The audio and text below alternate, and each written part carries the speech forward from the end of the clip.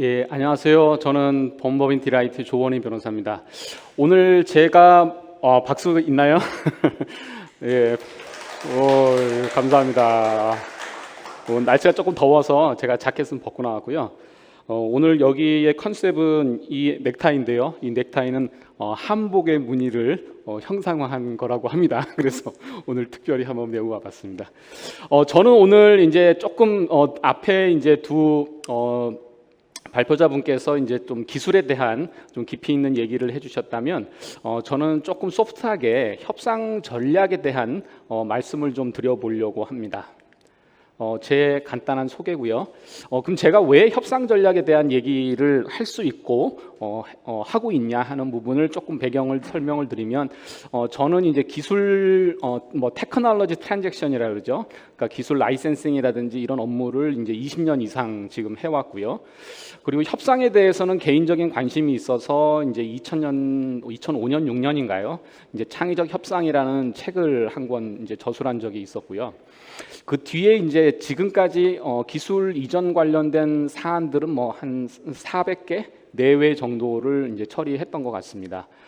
그리고 저한테 가장 인상적이었던 일은 뭐였냐면, 우리나라의 한 큰 대기업이 한 10년 정도의 시간을 끌어서 아주 큰 라이센스 계약을 했던 적이 있습니다. 워낙 이제 규모도 컸고 중간에 다양한 이제 이슈도 있었고, 그래가지고 그 회사에서 이제 그 라이센싱이 끝난 이후에 저희한테 이제 의뢰를 했어요. 우리가 이렇게 길게 10년간 이 라이센싱 협상을 했었는데 이 협상한 거를 한번 복귀하고 싶다. 왜냐하면 이제 오랜 동안 협상을 했었기 때문에 다양한 당사자들이 이제 나와서 협상을 했을 거고요. 뭐 거기에 이제 실패도 있었을 거고 성공도 있었을 거고 다양했을 겁니다. 그래서 이 협상 내용을 백서로 하나 만들어줬으면 좋겠다라는 의뢰를 받아가지고 진짜 아주 방대한 자료들을 보면서 협상의 내용을 좀 정리를 했습니다.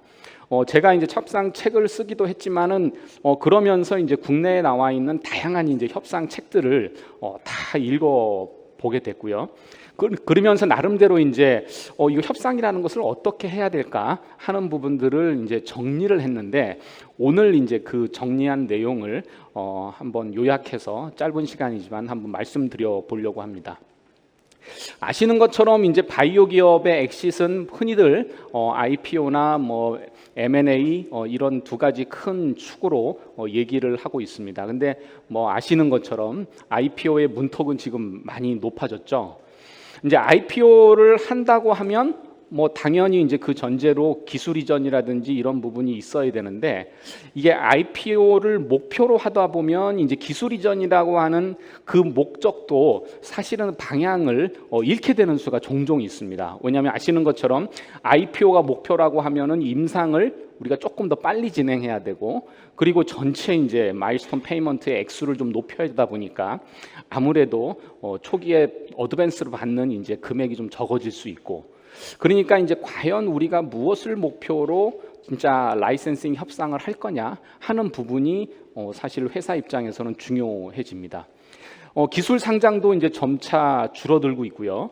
그렇다고 하면 과연 M&A는 바이오 기업에 있어서 또 중요한 엑싯의 방안이 될 수 있냐? 이제 내가 똑같은 라이센싱을 한다고 해도 IPO를 목적으로 하는 경우랑 M&A를 목적으로 하는 경우는 조금 다를 겁니다. 아시는 것처럼 이제 기술 승례 탕장에서 여러 가지 이제 검토사항, 기술성과 관련 검토사항이 있는데, 뭐 이제 전임상 단계에서의 임상 가능 여부라든지, 아니면 뭐 안전성이나 유효성이 확보된 임상 결과라든지, 그래서 그냥 통상 우리는 한 이상 정도는 돼야 이제 기술 특례 상장을 할 수 있다라고 얘기합니다. 그리고 이제 유의미한 수준의 이제 라이센싱 아웃이 있어야 되는데, 통상적으로 해외 업체와의 글로벌 파마하고의 라이센싱 아웃이 있어야 그 다음에 이제 기술 특례 상장을 갈 수 있다고들 하는데, 물론 그 기준이 명확하진 않습니다만은 최근 들어서 그 기준이 조금 높아지면서 이제 로열티 규모는 뭐 100억은 좀 넘어야 되고, 이 마일스톤 중에서 어드밴스 선급금의 비율이 조금 더 높아야 되고, 그리고 이제 아무래도 이왕이면 글로벌 파마라든지 대형 제약사가 계약 상대방이면 좋다. 뭐 이런 이제 일반적인 얘기들이 있습니다. 그러면 문제는 오늘의 이제 얘기인데요. 과연 어떻게 하면 우리가 원하는 대로 협상을 해서 저런 결과들을 얻어낼 수 있나 하는 게 이제 오늘 제가 말씀드리려고 하는 핵심입니다.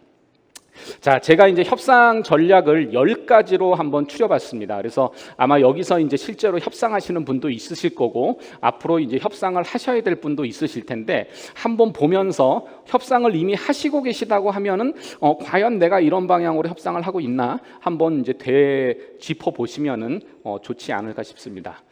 자, 우리가 협상이라고 하는 것을 이해할 때 저는 이제 협상에 대한 책이 너무 많이 있습니다. 근데 이제 그 중에 크게 저는 항상 협상을 공부하고 싶다라고 해서 이제 책을 추천해 달라라고 하면 3권의 책을 추천합니다. 첫 번째는 이제 그 하버드 협상팀에서 나온 책이죠.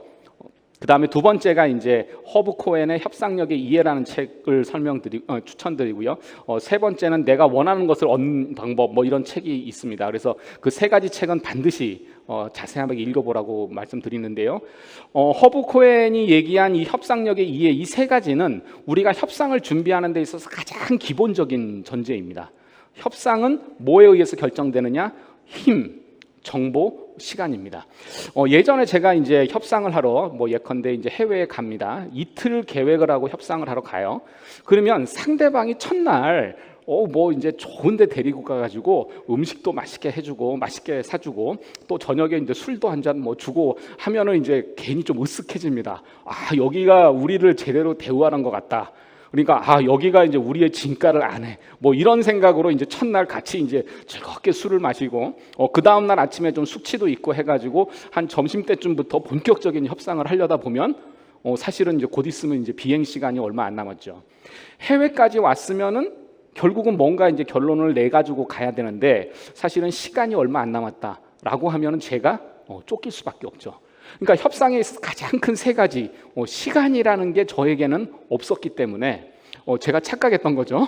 그래서 결과적으로는 사실은 그 짧은 시간 내에 제가 원하는 것을 다 얻지 못하고 돌아올 수밖에 없는 그런 경험들이 저도 있었고 아마 있으실 거예요.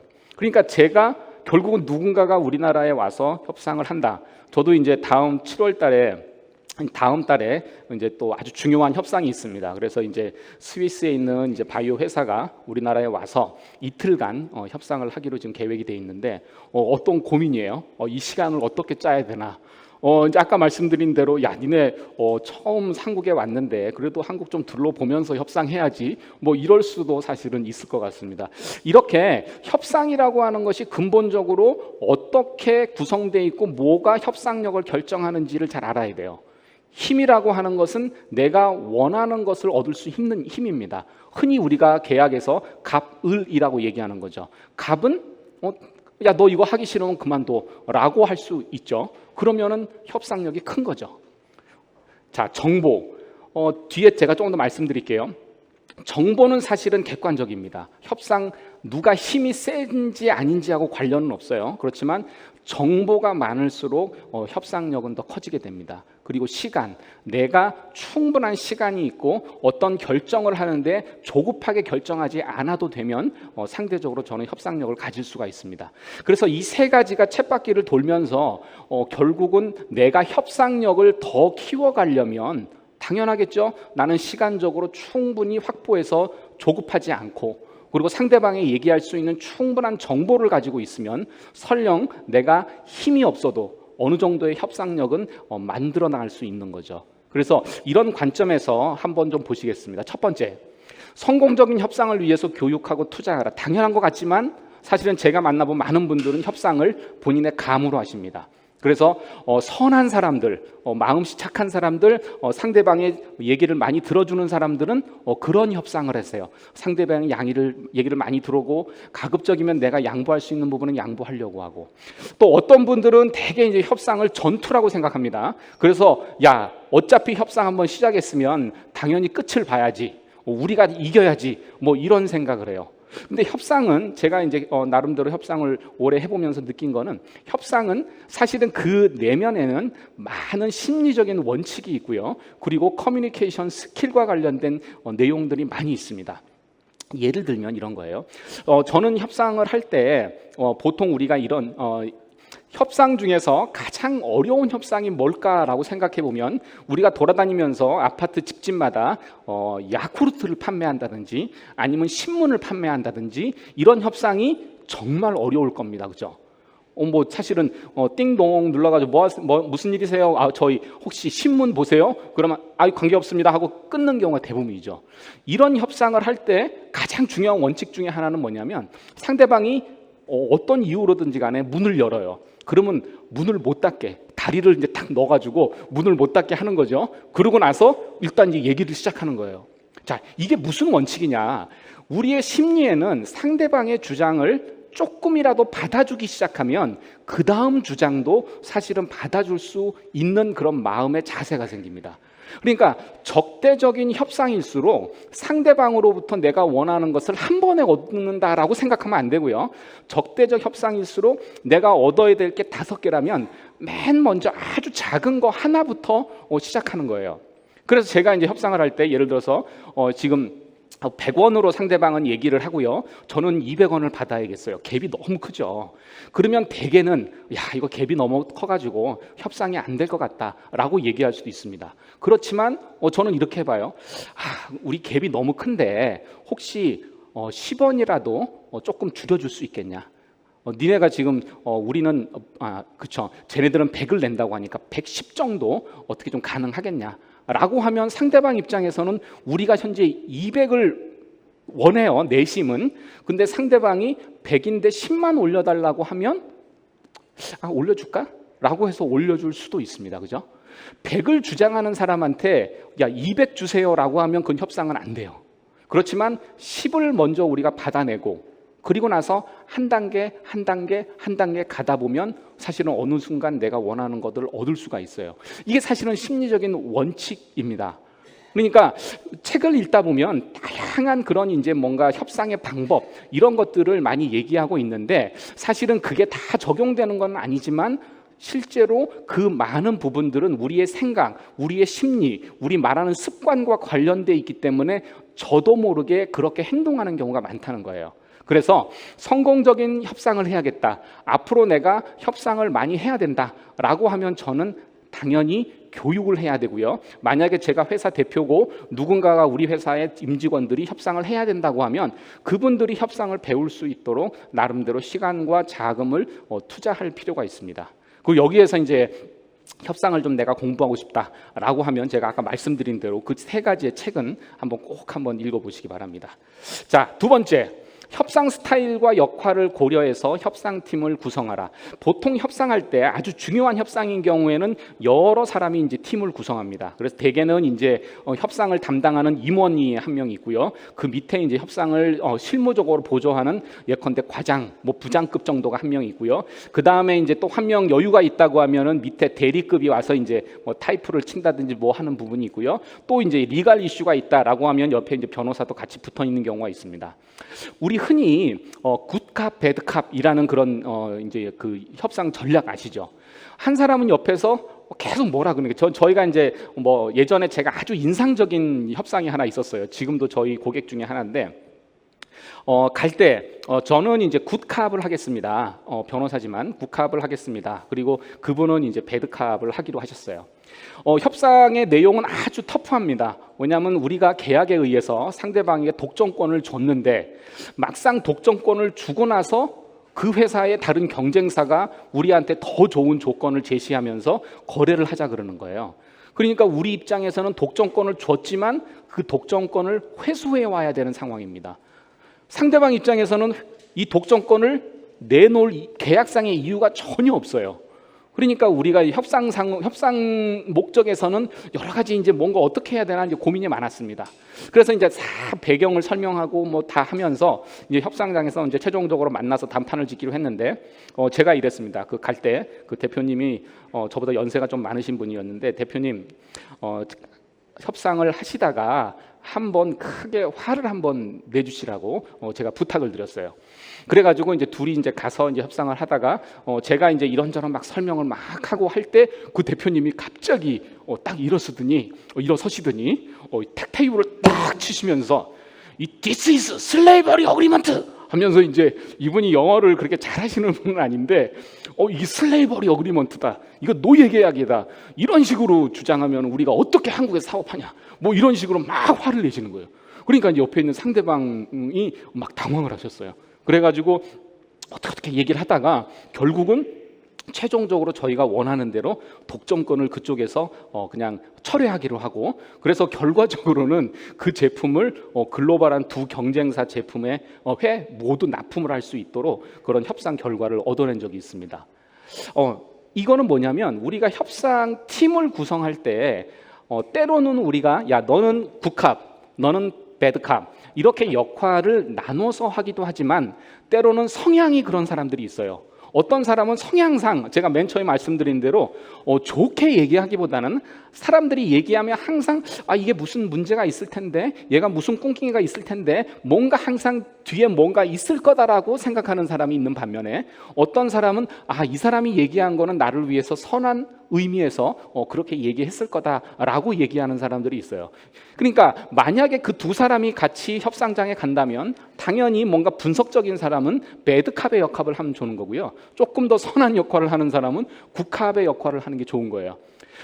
보통 우리 이제 수사물 같은 거, 드라마 같은 거 보면은 항상 이제 한 형사가 와가지고 막 깨져. 너 그런 식으로 얘기하면은 너 당장에 이제 너는 구속시켜가지고 너를 이제 10년의 콩밥을 먹이겠다. 막 화를 내고 막 이제 하면은 옆에 있는 형사가 딱 와가지고 야 힘들지? 담배 하나 펴라라고 하면서 원래 인마 인생이 이런 거야. 라고 해서 이제 딱 담배 한번 피워주고 얘기 한번 해주면은 딱 눈물이 흐르면서 사실은 제가 말이죠 이렇게 해서 불잖아요. 이게 비슷해요. 사람이라는 게 뭔가에 되게 쫓기면, 되게 몰리면 누군가가 나에게 따뜻한 말 한마디 해줄 때 그 한마디로 사실은 마음이 열리는 거예요. 그러니까 굿캅, 배드캅이라는 역할이 사실은 우리의 심리를 그대로 반영하는 거이기도 합니다. 그래서 우리가 협상을 만약에 한다고 할 때, 이런 협상 팀을 구성할 때 그런 스타일 그리고 우리의 역할을 가지고 협상팀을 구성하면 좋다라고 이제 말씀을 드리고요. 세 번째, 협상 전에 상대방의 머릿속 그림을 그려라. 이게 무슨 말이냐면요. 자, 제가 협상을 하러 갑니다. 협상을 하러 갈 때는 항상 제 머릿속에는 뭐가 들어있었냐면 상대방은 무슨 생각으로 협상장에 올까 하는 것이 제 머릿속에 그려져 있어야 돼요. 그러니까 만약에 내일이 협상이다 그러면 저는 협상장 가기 전에 머릿속에서 이제 시뮬레이션을 하는 거죠. 내일은 누가 올 것 같다. 상대방 임원진이 올 것 같다. 또는 내일은 분위기를 보니까 상대방에서는 임원이 오지는 않고 그냥 실무자가 올 것 같다.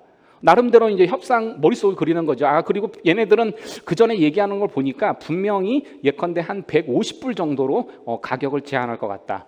그리고 얘네들이 분명히 자기네들 제조 일정에 쫓기니까 언제까지는 협상을 마무리해야 된다고 얘기할 것 같다. 그러니까 상대방은 이 협상을 할 때 무슨 생각과 무슨 전략으로 나올지를 제가 머릿속에서 계속 고민해보고 상대방을 충분히 이해해야 된다는 거죠. 상대방 머릿속에 무슨 생각을 가지고 있는지를 우리가 생각해보지 않으면 사실은 우리는 협상 전략이라고 하는 그 출발부터 하기가 어렵습니다. 왜냐하면 상대방이 무슨 생각을 하고 있는지를 모르는 상태에서 내가 전략을 짠다는 것은 어불성설이죠. 그래서 협상 전에 항상 상대방의 페이퍼를 두 개를 쓰는 거예요. 하나의 페이퍼는 우리의 이제 협상과 관련된 페이퍼입니다. 뒤에 조금 더 설명드리겠습니다만, 나는 무슨 목표를 가지고 어떻게 협상할 것이고 어떻게 진행할 거다라고 하는 페이퍼가 있어야 되고, 두 번째 페이퍼에는 그러면 내가 상대방 입장이라고 하면 상대방은 어떻게 접근할 건지, 상대방은 어떻게 첫 제안을 할 것인지, 이런 부분을 우리가 머릿속에서 충분히 점검해 보는 게 필요하다. 이게 세 번째입니다. 자, 네 번째, 제일 중요한 것 중에 하나입니다. 협상 목표를 명확히 하라. 제가 이제 휴가를 가고 싶어요. 휴가를 가고 싶은데 회사가 지금 많이 바쁩니다. 제가 분명히 이제 한 3일 정도는 쉬고 싶어요. 근데 만약에 제가 3일 휴가를 가겠다라고 하면 이 바쁜 상황에 우리 상사가 나한테 3일을 다 줄 것 같지 않습니다. 그러면 저는 상사한테 가서 정말 어려운 부탁을 좀 드려도 되겠습니까? 라고 하면서 제가 어려운 이런저런 사정이 있어가지고 이번에 한 5일 정도 쉬었으면 좋겠습니다 라고 얘기를 해요. 그러면 상사 입장에서는 깜짝 놀라겠죠. 야 임마, 지금 회사가 이렇게 어려운 상황에서 지금 네가 5일이나 쉰다고? 야, 네가 생각이 있는 놈이냐 없는 놈이냐 라고 사실은 한마디 하실 거예요. 자, 세 번째, 상대방 머릿속에 그림을 그리라 그랬죠. 제 머릿속에는 내가 5일 쉬겠다라고 제안을 하면 분명히 상대방은 저한테 야, 너는 인마 생각이 있는 놈이야 없는 놈이야 라고 말할 거다가 내 머릿속에 그려져 있어야 되는 거예요. 자, 그러면 그때 저는 한참 좀 난처한 표정도 좀 짓고 죄송한 표정도 짓고 진짜 제가 웬만하면 이렇게까지 요청드리는 건 아닌데 사실 제가 그렇게 급한 사정이 있긴 했는데, 그러면 팀장님 제가 그냥 어떻게든 조정해서 이거를 한번 땡겨볼 테니까 3일간으로 일정을 좀 조정해서 가볼 수 있을까요? 라고 얘기하면 팀장 입장에서는 그래도 얘가 나쁜 놈은 아니다 생각은 있다 라고 생각하고 3일의 휴가는 줄 가능성이 있습니다. 그죠? 자, 첫 번째 이거예요. 내가 그 팀장님한테 갈 때 내가 최종적으로 얻어내야 될 협상의 목표가 뭔지가 명확해야 돼요. 근데 우리는 대부분 어떻게 협상을 하냐면요, 일단 한번 부딪혀보자. 그리고 이제 팀장님이 어떻게 반응하는지에 따라서 내가 그거에 맞춰서 이제 해야겠다. 그러면 경우에 따라서 5일을 다 갈 수도 있고요, 아니면 하루도 못 갈 수도 있어요. 협상이라고 하는 거는 내가 분명한 목표가 설정돼 있어야 그 다음에 내가 어떤 전략을 가지고 협상할지를 결정할 수가 있습니다. 흔히 이제 협상에서는 베트나라고 해요. Best Alternative to Negotiated Agreement인데요. 이거는 뭐냐면 이 정도가 되면은 난 협상장을 나간다라고 하는 자기의 기준이에요. 그리고 우리가 이제 뭐 마지노선이다, 뭐 협상의 마지노선, 뭐 이런 얘기를 하기도 하는데요. 그러니까 내가 예를 들어서 협상을 한다면 얘랑 협상하는 게 이 정도까지는 얘랑은 협상할 수 있다. 근데 만약에 이 정도도 넘어가면은 굳이 얘랑 협상하지 않고 나는 다른 방식을 선택하겠다라고 하는 그 기준점이 우리가 흔히 베트나라고 부릅니다. 그러니까 협상 목표가 명확해야 되는 거예요. 예를 들어서 내가 이번 로열티 계약을 체결한다라고 하면은 나는 3.5%가 목표다라고 이제 결정할 수가 있겠죠. 그 협상 목표에 따라서 사실은 이제 내가 그 다음 무엇을 할 것인지를 결정하게 되는 거죠. 그래서 먼저 첫 번째 협상 목표를 명확히 하는 게 중요하고요. 그 다음에 첫제안과 양보를 위한 전략을 개발하라. 아주 심플한 전략은 이런 거죠. 제가 100원에 계약을 하고 싶어요. 상대방이 지금 50원 얘기해요. 그러면 저는 150원 얘기해서 중간에 타협점을 찾아가지고 뭐 이렇게 하는 거를 쉽게 생각할 수 있죠. 근데 내가 first offer를 어떻게 할 거고 그 다음에 어떻게 갈 건지가 이게 매우 중요합니다. 제가 이제 예전에 우리나라 미국 업체가 우리나라 회사를 대상으로 해서 이제 뭔가 특허 침해 이제 그 경고장을 보냈어요. 그러면서 야, 니네가 우리한테 매출의 3%에 해당하는 이제 로얄티를 내면 우리 이거 세트를 하겠다라고 했습니다. 근데 이제 우리나라 회사가 계산을 해보니까 우리도 굳이 뭐 미국에서 소송을 하고 싶지는 않은데 3% 가지고는 이윤이 안 나요. 그러니까 우리는 2% 정도로 해서 이제 협상을 마무리해야 사실은 이제 의미가 있습니다. 근데 상대방이 만약에 3%를 요구하는데 우리 실제 원하는 게 2%예요. 그러면 그냥 일반적으로 생각하면 그러면 1% 상대방한테 오퍼를 하고 그러면 중간에 만나서 2%로 계약해야지라고 쉽게 얘기할 수 있는데, 문제는 뭐냐면 우리 1% 줄게 라고 하면 상대방은 협상장에 나오지 않을 겁니다. 야, 얘네들 말도 안 되는 소리 하네 라고 하고 끝날 수가 있어요. 그래서 그때는 어떻게 했냐면 이 친구들한테 그러면 우리 1.8%를 주겠다라고 이렇게 제안을 했습니다. 그러니까 얘네들 입장에서는 우리가 기준점에는 미치지 못하지만 그래도 얘기를 해볼 만하네 라고 한 거죠. 그 대신에 우리의 전략은 first offer는 얘네들이 원하는 부분에 가까이 있지만 그 다음 단계는 촘촘하게 가는 거예요. 그 second offer는 저희가 1.9%, 그 다음에 마지막 오퍼는 2%. 이렇게 이제 그 다음 전략은 아주 촘촘하게 이제 하면서 결국은 원하는 금액으로 협상을 했었습니다.